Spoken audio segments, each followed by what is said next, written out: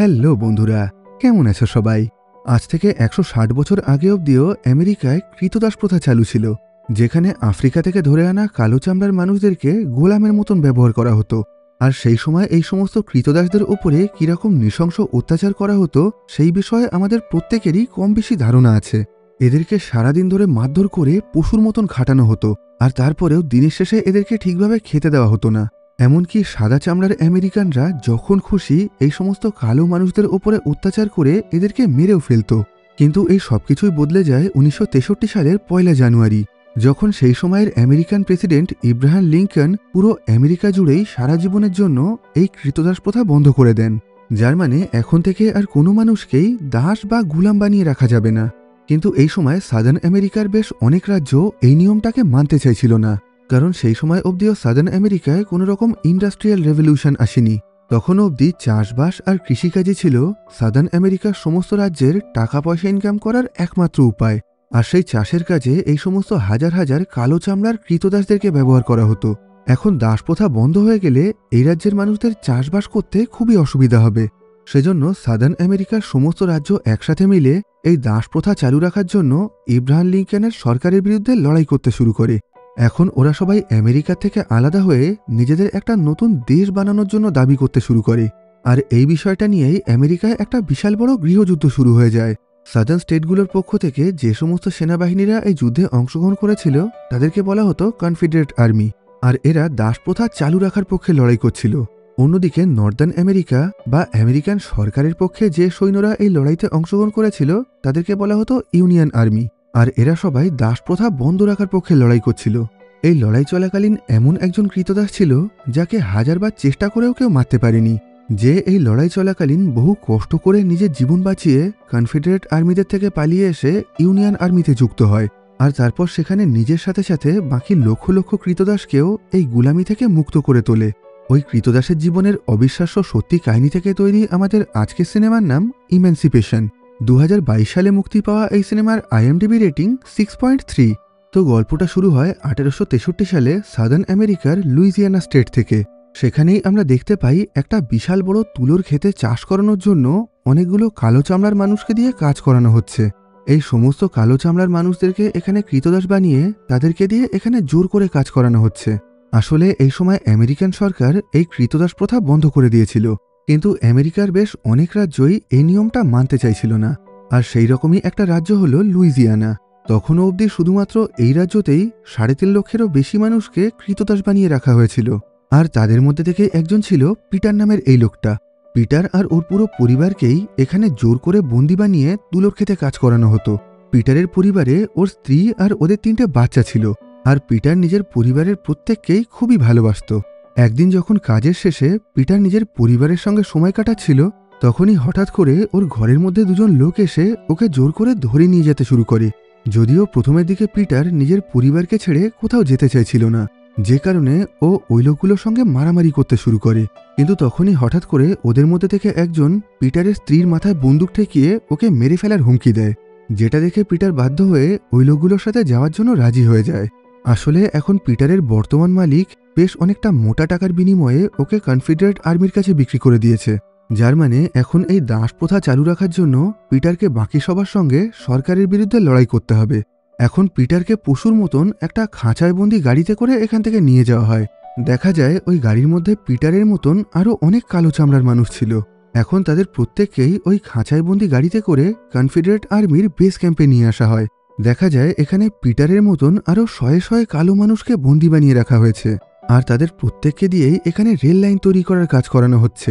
আর এই সমস্ত কালো মানুষদেরকে পাহারা দেওয়ার জন্য এখানে বন্দুকধারী অনেকগুলো সাদা চামড়ার আমেরিকান রয়েছে, আর যে এই পুরো জায়গাটাকে নিয়ন্ত্রণ করত তার নাম ছিল ফ্যাজেল। এখানে এই সমস্ত কালো মানুষদেরকে দিয়ে সারাদিন ধরেই খুবই কঠিন পরিশ্রম করানো হতো, আর কেউ সামান্য একটু ভুল করলেই অথবা একটু বিশ্রাম নিলেই এদেরকে প্রচণ্ড উল্টোপাল্টা মারধর করা হতো, যে কারণে এখানে থাকা প্রত্যেকটা গোলামের শারীরিক অবস্থাই খুবই খারাপ হয়ে গেছিল। অতিরিক্ত খাটাখাটনি করার ফলে এখানে প্রত্যেক দিন বেশ অনেকগুলো করে গুলাম মারা যেত। এখন পিটারকে এই বাকি সমস্ত গুলামদের সঙ্গে এখানেই কাজ করতে হবে।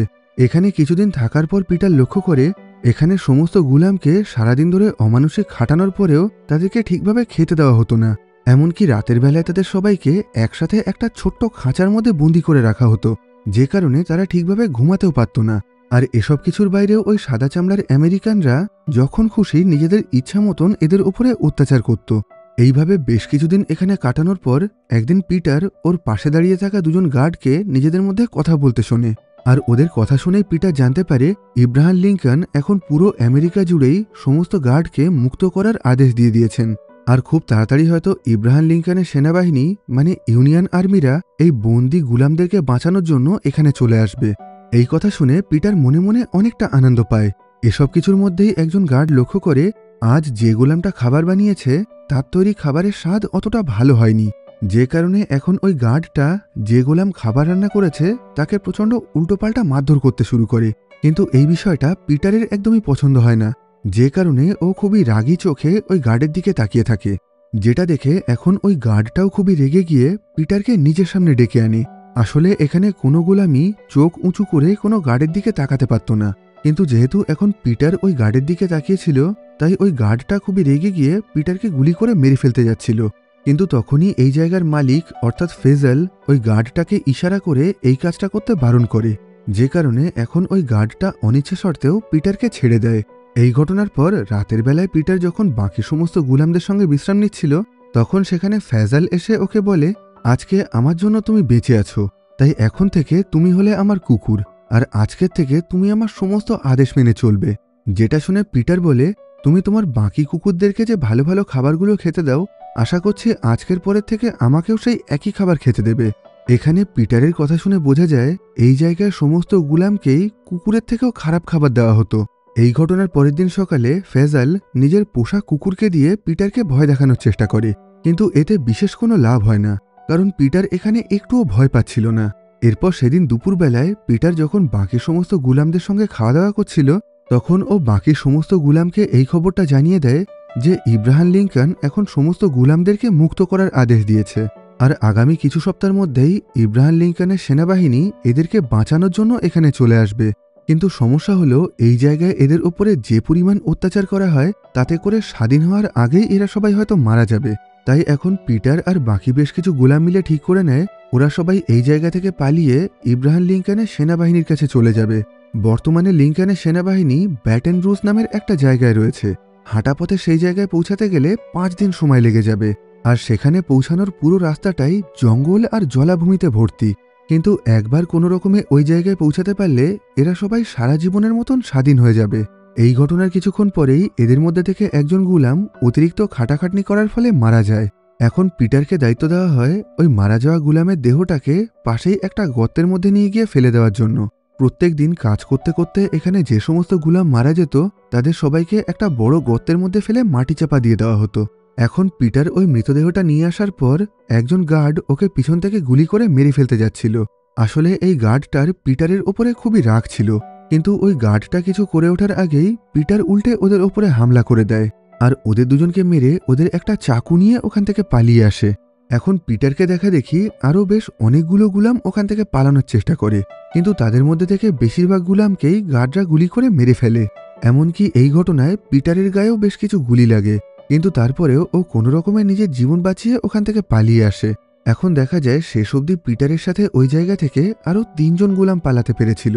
এখন ওরা সবাই জঙ্গলের মধ্যে দিয়ে দৌড়াতে দৌড়াতে একটা জলাশয়ের সামনে চলে আসে। এখন এই জায়গা থেকে পালাতে গেলে এদেরকে এই জলাশয়টা পার করতে হবে, কিন্তু সমস্যা হলো এই জলাশয়ের মধ্যে অনেকগুলো কুমির ছিল। এদিকে ততক্ষণে পিছন দিক থেকে ফেজাল তার 2 জন গার্ড আর বেশ কিছু শিকারী কুকুরকে নিয়ে এদেরকে মারার জন্য এগিয়ে আসছে। তাই এখন এরা সবাই কোনো রকমের সময় নষ্ট না করে তাড়াতাড়ি করে ওই জলাশয়ের মধ্যে দিয়ে সামনে এগোতে শুরু করে। কিন্তু এদের মধ্যে থেকে একজন গুলাম ওই কুমিরগুলোকে দেখে খুবই ভয় পেয়ে গেছিল, তাই ও জলাশয়ের ওপরেই দাঁড়িয়ে থাকে, যে কারণে আগামী কিছুক্ষণের মধ্যে ফেজালের সেই শিকারী কুকুরগুলো এসে ওর উপরে হামলা করে দেয়। আর এরপর ফেজাল আর তার বাকি 2 জন গার্ড এসে ওই লোকটাকে গুলি করে মেরে ফেলে। এদিকে দেখা যায় পিটার আর তার বাকি 2 জন সঙ্গী কোনো রকমে ওই ভয়ঙ্কর জলাশয়টা পার করে অন্যদিকে চলে এসেছে। এখন এরা 3 জন ঠিক করে নেয় এরা সবাই একসাথে না থেকে আলাদা আলাদা হয়ে সামনে এগোবে, কারণ এরা একসাথে থাকলে ফেজাল আর তার গার্ডরা এদেরকে খুব সহজেই ধরে ফেলতে পারবে। এখন সবার থেকে আলাদা হওয়ার পর পিটার ওই জঙ্গলের পাশে থাকা একটা বাড়ির সামনে চলে আসে। এখন পিটার কোনো রকমে ওই বাড়ির বাইরে লুকিয়ে লুকিয়ে একটু জল খায়, আর তারপর ওই বাড়ির বাইরে মেলে রাখা একটা কাপড় চুরি করে ওখান থেকে পালাতে শুরু করে। কিন্তু তখনই ওই বাড়ির একটা বাচ্চা মেয়ে ওকে দেখতে পেয়ে জোরে জোরে চিৎকার করতে শুরু করে, যে আওয়াজ শুনে কিছুক্ষণের মধ্যেই ফ্যাজালও ওখানে চলে আসে। এদিকে দেখা যায় ওই ক্যাম্প থেকে পালানোর সময় পিটারের পায়ে একটা গুলি লেগেছিল, তাই এখন ও এই চুরি করা কাপড়ের টুকরোটা নিজের পায়ের ক্ষত জায়গায় বেঁধে তাড়াতাড়ি করে ওই জায়গা থেকে পালাতে শুরু করে। এরপর পিটার কোনো রকমে ওই জায়গা থেকে পালিয়ে পাশের অন্য একটা জলাশয়ের মধ্যে এসে লুকিয়ে পড়ে। কিন্তু সমস্যা হলো এই জলাশয়ের মধ্যেও অনেকগুলো কুমির ছিল। আসলে যেহেতু এই পুরো জঙ্গলটাই জলাভূমিতে ভর্তি ছিল, তাই এখানে কুমিরের উৎপাত অনেক বেশি ছিল। এখন কিছুক্ষণের মধ্যেই ফ্যাজাল আর তার লোকজন এই জলাশয়ের ধারে চলে আসে। আসলে ফ্যাজালের শিকারী কুকুররা খুব সহজেই পিটারের গায়ের গন্ধ শুঁকে ওকে খুঁজে বের করতে পারছিল, কিন্তু যেহেতু এখন পিটার ওই জলাশয়ের মধ্যে ডুব মেরে লুকিয়েছিল, তাই এখানে ফ্যাজাল আর তার শিকারী কুকুররাও ওকে কোনোভাবেই খুঁজে বের করতে পারছিল না। আর যেহেতু এই জলাশয়ের মধ্যে অনেক কুমির ছিল, তাই ফ্যাজাল কোনোভাবে কল্পনাও করতে পারেনি পিটার এই জলাশয়ের মধ্যেই লুকিয়ে আছে। সেজন্য এখন ওরা এই জায়গাটাকে বাদ দিয়ে সামনে অন্যদিকে পিটারকে খুঁজতে শুরু করে। ওরা সবাই চলে যাওয়ার পর পিটার যখন ওই জলাশয় থেকে বাইরে বেরোনোর চেষ্টা করছিল, তখনই হঠাৎ করে একটা কুমির এসে ওর ওপরে হামলা করে দেয়। এখন ওই কুমিরটা পিটারকে জলের মধ্যে টেনে নিয়ে গিয়ে ওকে মারার চেষ্টা করে, কিন্তু পিটার কোনো রকমে ওই কুমিরের সাথে লড়াই করে নিজের কাছে থাকা চাকুর সাহায্যে ওকে মেরে ফেলে। যদিও এই ঘটনায় পিটার প্রচণ্ড আহত হয়ে গেছিল। ওই কুমিরটা ওকে কামড়িয়ে ওর শরীরের অনেক জায়গায় বড় বড় আঘাত করে দিয়েছিল, যে কারণে ও প্রচণ্ড যন্ত্রণায় কাতরাতে শুরু করে। সেই রাতটা ও কোনো রকমে একটা উঁচু গাছের ওপরে উঠে কাটিয়ে দেয়। অন্যদিকে কিছুক্ষণ পর ফ্যাজাল আর তার সঙ্গীরা জলাশয়ের মধ্যে থেকে সেই মৃত কুমিরটাকে খুঁজে পায়, আর এটা দেখে ওরা সবাই খুবই অবাক হয়ে যায়। ওরা কোনোভাবে বিশ্বাস করতে পারছিল না পিটার একা একাই ওই কুমিরটার সাথে লড়াই করে তাকে মেরে ফেলেছে। এখন সেই রাতে ওরা সবাই ওই কুমিরটাকেই পুড়িয়ে খেতে শুরু করে। এর পরের দিন সকালে ঘুম থেকে উঠেই পিটার ওর পুরো শরীরে কাদা মাখিয়ে নেয়, যাতে ফ্যাজালের সেই শিকারী কুকুরগুলো ওর গায়ের গন্ধ না পায়। এইভাবে কাদা মেখে বেশ অনেকটা পথ যাওয়ার পর ও জঙ্গলের মধ্যেই একটা কাঠের তৈরি উঁচু টাওয়ার দেখতে পায়। এই জায়গাটাকে সম্ভবত কোনো শিকারীরা থাকার জন্য ব্যবহার করত। এখন ওই টাওয়ারের উপরে ওঠার পর পিটার লক্ষ্য করে সেখানে তখনও অল্প অল্প আগুন জ্বলছিল, যার মানে আগের রাতেই বেশ কিছু লোকজন এই জায়গায় থেকেছে। এখন পিটার ওই আগুনে নিজের চাকুটাকে গরম করে নিজের শরীরের সমস্ত ক্ষত জায়গাগুলোকে পোড়াতে শুরু করে, যাতে ওই সমস্ত জায়গা থেকে রক্ত বেরোনো বন্ধ হয় আর ওই জায়গাগুলো পচে গিয়ে ওখানে ইনফেকশন না হয়ে যায়। এরপর ও লক্ষ্য করে পাশেই একটা উঁচু গাছের ওপরে একটা মৌচাক রয়েছে। এখন ও সেই মৌচাকটা ভেঙে সেখান থেকে বেশ অনেকটা মধু বের করে আনে, যার মধ্যে থেকে বেশ কিছুটা মধু ও নিজের শরীরের সমস্ত ক্ষতস্থানে লাগিয়ে নেয়, আর বাকি মধুটাকে ও খেয়ে নেয়। এরপর পিটার ওই টাওয়ারের পাশে থাকা একটা ছোট্ট নৌকা নিয়ে ওখান থেকে সামনে এগোতে শুরু করে। এইভাবে বেশ অনেকটা পথ যাওয়ার পর ও জঙ্গলের মধ্যে নিজের আরও একটা সঙ্গীকে দেখতে পায়। পিটারের মতন এই লোকটাও ফ্যাজাল আর তার সঙ্গীদের কাছ থেকে পালানোর চেষ্টা করছিল।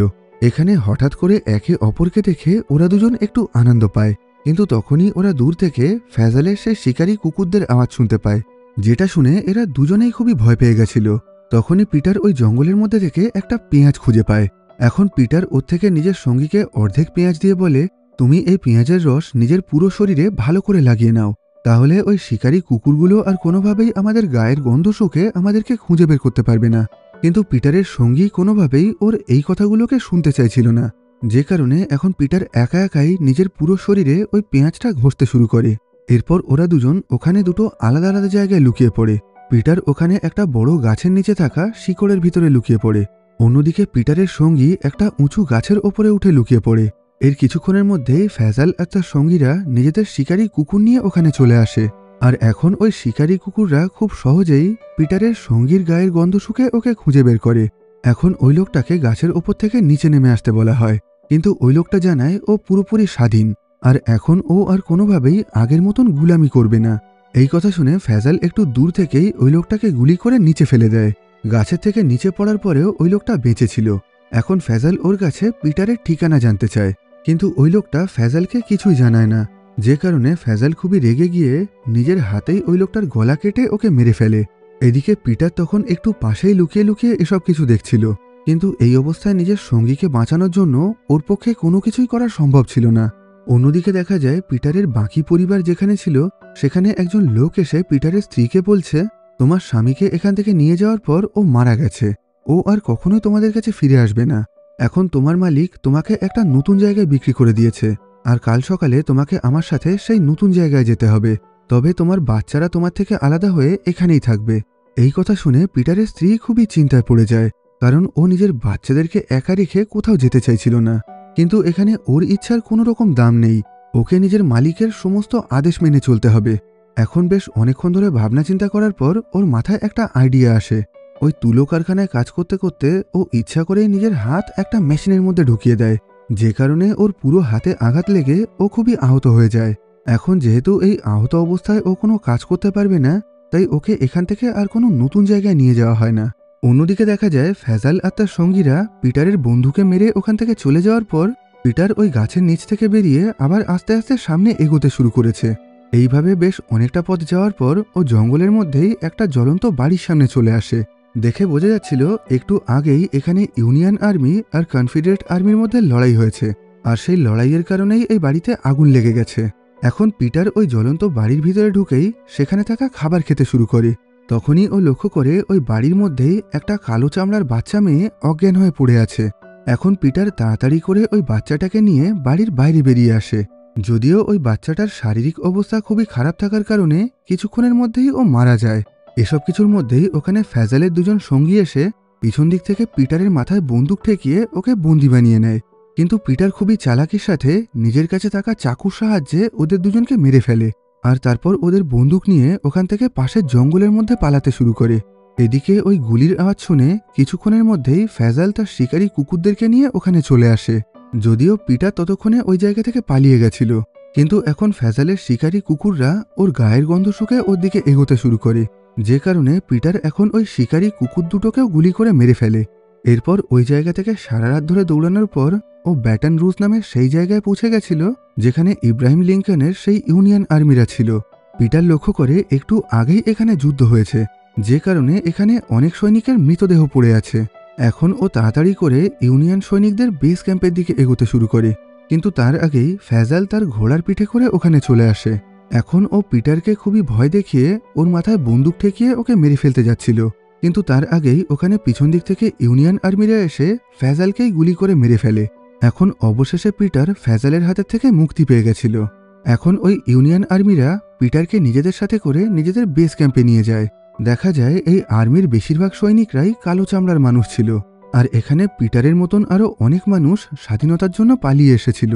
আর এখানে তাদের প্রত্যেককেই ভালো জামা কাপড় আর খাওয়া দাওয়া দিয়ে তাদের চিকিৎসা করা হচ্ছিল। এখানে আসার পর সমস্ত নতুন মানুষদের রেজিস্ট্রেশন করা হচ্ছিল।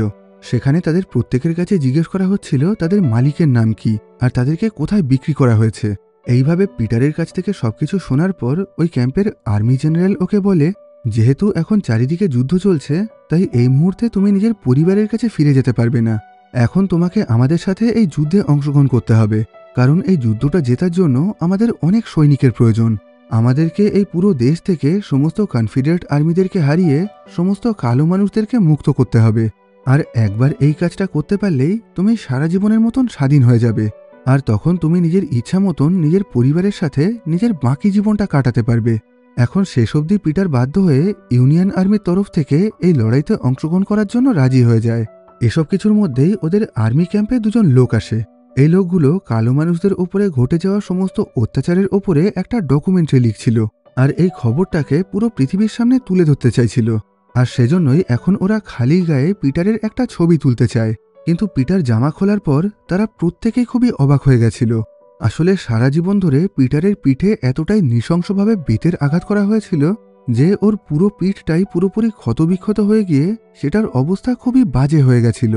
এখন ওরা পিটারের ছবি তুলে ওর সাথে ঘটে যাওয়া সমস্ত কাহিনীগুলো শুনতে শুরু করে, আর এখন পিটারও ওদেরকে জানায় কিভাবে ওকে এক জায়গা থেকে অন্য জায়গায় বিক্রি করা হয়েছিল, আর তারপর কিভাবে ও আর ওর সঙ্গীরা কনফেডারেট আর্মিদের ওই ক্যাম্প থেকে এখানে পালিয়ে এসেছে।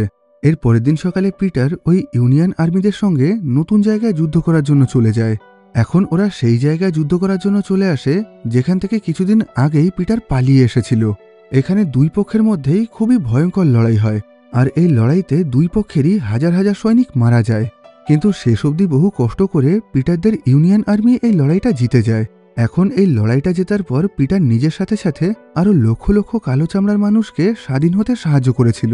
এই লড়াইটা জেতার পর পিটার আর ওর ইউনিয়ন আর্মি সেই জায়গায় চলে আসে যেখানে পিটারের পরিবারকে বন্দি বানিয়ে রাখা হয়েছিল। এখান থেকে সেই সমস্ত মানুষদেরকে গ্রেপ্তার করা হয় যারা এতদিন ধরে এই গোলামদের ওপরে অত্যাচার করছিল। আর যে এই জায়গার মালিক ছিল তাকে এখন সমস্ত গোলামদের সামনেই গুলি করে মেরে ফেলা হয়। এই ঘটনার পর এখন এখানে থাকা প্রত্যেকটা গোলামও স্বাধীন হয়ে গেছিল। এরপর অবশেষে পিটার নিজের পরিবারের কাছে স্বাধীনভাবে ফিরে যেতে পারে। এখন ও প্রচণ্ড আনন্দে কাঁদতে কাঁদতে নিজের স্ত্রী আর বাচ্চাদেরকে জড়িয়ে ধরে। এরপর সবশেষে আমাদেরকে পিটারের সেই আসল ছবিটা দেখানো হয়। এই যুদ্ধের পর পুরো পৃথিবী জুড়েই পিটারের ওই ছবিটা ছড়িয়ে পড়ে। আর তখন পুরো পৃথিবীর সমস্ত মানুষ জানতে পারে এই সমস্ত কালো চামড়ার মানুষদের ওপরে কতটা অত্যাচার করা হতো। 1863 সালের 1 জানুয়ারি আমেরিকান সরকার সমস্ত কালো মানুষদেরকে স্বাধীন ঘোষণা করলেও এই ঘটনার 2.5 বছর পর অর্থাৎ 1865 সালের 19 জুন অবশেষে আমেরিকার সমস্ত কালো মানুষরা স্বাধীন হতে পেরেছিল।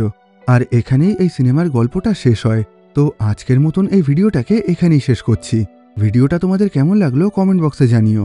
ভালো লাগলে লাইক করো আর খারাপ লাগলে অবশ্যই ডিসলাইক করো। আবার দেখা হবে পরবর্তী ভিডিওতে।